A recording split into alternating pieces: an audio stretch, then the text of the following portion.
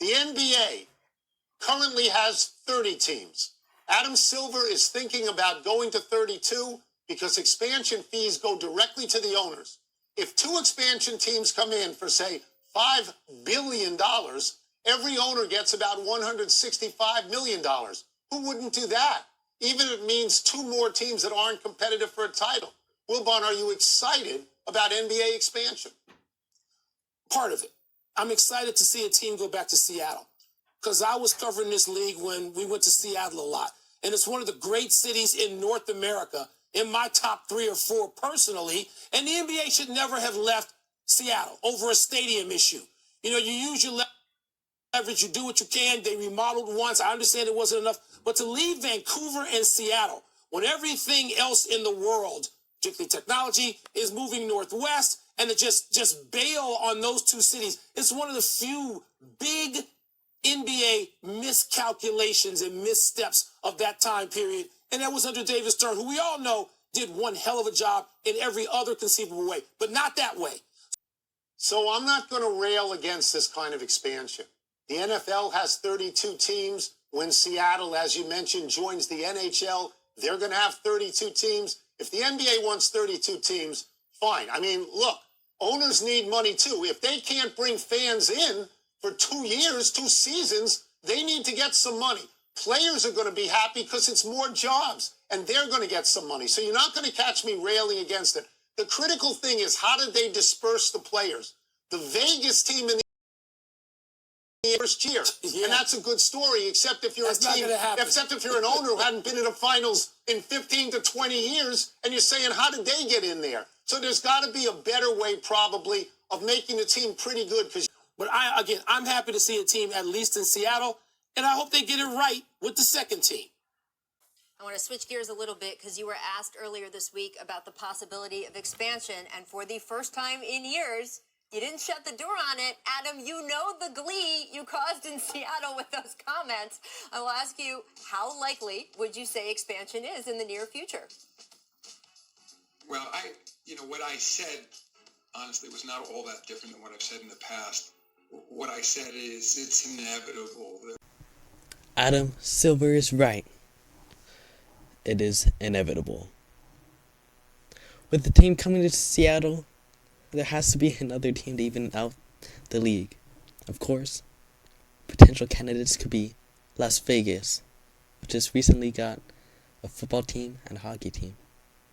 Another potential candidate could be Louisville, who is dominating in NCAA with no team. Kansas City is another spot, with the Sacramento Kings moving away from there. But the chosen city is St. Louis. After St. Louis has lost the Rams in around 2016, they're looking for a new sport. Baseball is already there, but adding basketball to the resume is huge. In fact, once the owner of the St. Louis Sound was asked what he felt about taking over St. Louis, he said, "Damn." The headline of this year's expansion draft was that R.J. Barrett was not protected. In fact, R.J. Barrett stated, "I don't want to be in New York anymore. F them taxes." So, the Seattle Sonics got the first pick and of course selected R.J. Barrett, which left the St. Louis Sound with a pretty dookie selection left.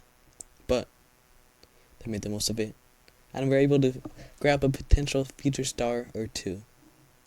The future of the St. Louis franchise was chosen in the second pick of the expansion draft, Malik Monk.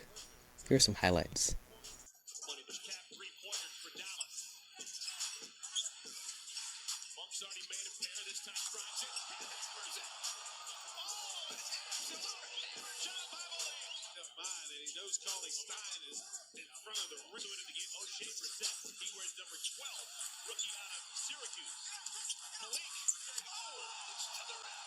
This next clip is the reason why we chose him with our first pick. He has the ability to close games out. Sheesh, what a dunk.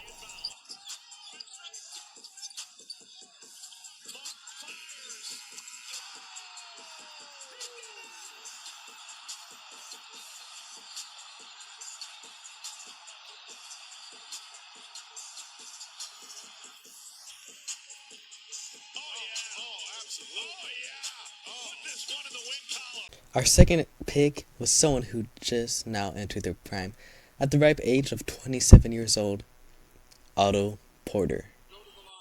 Scrappy. Kelly Oubre with a nice attack. That's a timely double by Mo Harkless. And Otto Porter, the recipient of the fortuitous bounce. Here comes Lillard. Got a screen in the backcourt. Lillard drives, lays it. It's blocked. It's blocked. The Wizards hang on for the win. Blocked at the end. Here they come. Jackson. And he threw that away. Tipped around. Lopez ahead. Of course, Otto Porter was not only with the Wizards, he's been with the Bulls franchise for a couple of years now. Otto Porter covers a lot of ground there and gets the block with that long arm. Man, he was 35 points off the bench to the Bulls 8. But you got to understand, most of the guys put on the bench are starters.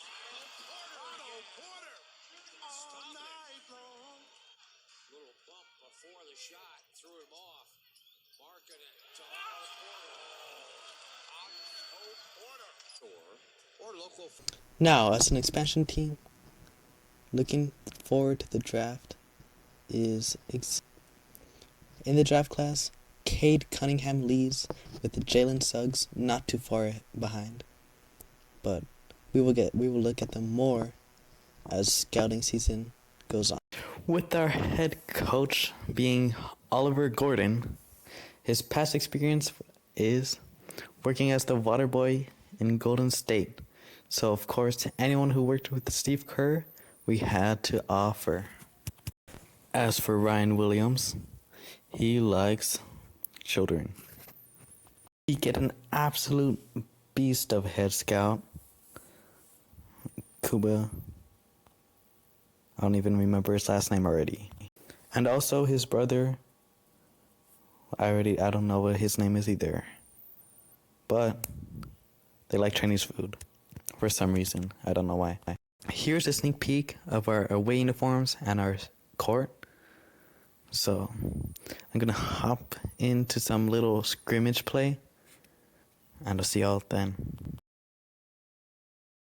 As we hop into scrimmage, we are presenting to you this footage by our great cameraman, and what happens to be a accident that happened between Boban and I don't know what he's looking at, but eventually I think they'll be good. And it looks like he's got an instant replay. Oh, whoopsie. All right. Make sure to like, comment, and subscribe if you're hyped for this series. And of course, I'll see y'all in the next one.